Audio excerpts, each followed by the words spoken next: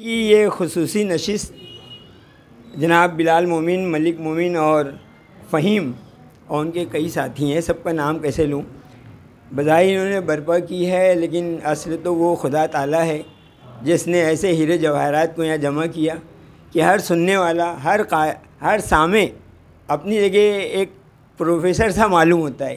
وہ خود ہے کیا وہ اللہ بہتر جانتا ہے، لیکن جب علم کے دروازے واہ ہوتے ہیں اور روشنی اندر تک پہنچتی ہے تو وہ خوشی ہم بیان نہیں کر سکتے۔ یہاں قطب الدین شاہد کو جو ویسے تو شاگرد رہے ہیں، لیکن یہاں تو وہ استادوں سے بڑھ کر استاد نظر آئے۔ ایسے جتنے لوگ ہیں یہاں پر، چاہے صدر صاحب ہوں، چاہے مہمان خصوصی ہوں، چاہے مقرر خاص ہوں، سب نے اتنا بہترین کہا، اتنے اچھے انداز میں اپنی باتیں کہیں، اور ان کا گلو گیر ہو جانا بھی پسند آیا، آنکھوں میں آنسو بھر لانا بھی دل کو چھو گیا۔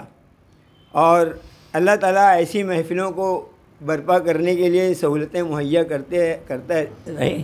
مجھ سے کہا گیا کہ میں ملک سر کا خاص طور پر خاص طور پر شکریہ کیوں نہ ادا کروں، یہ ان کا مکان ہے، یہ سارے بہت قسم کے اخراجات انہوں نے برداشت کیے۔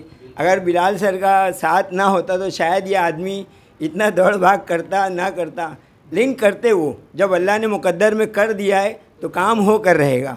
اور پھر اتنی اچھی محفل کے بعد طعام کی لذت بھی ایک چیز ہوتی ہے جو انعام الحق صاحب نے بآسانی میسر کر دی، تو میں ان کا بھی تہ دل سے شکریہ ادا کرتا ہوں۔ مہمانوں سے جو باہر سے آئے ہیں، سامعین، ان سب سے گزارش ہے کہ لذت طعام سے نہیں آپ وہ لے کر محفل برپا کرنے والوں کا اللہ کا شکریہ ادا کرنے کے بعد ضرور شکر ادا کریں۔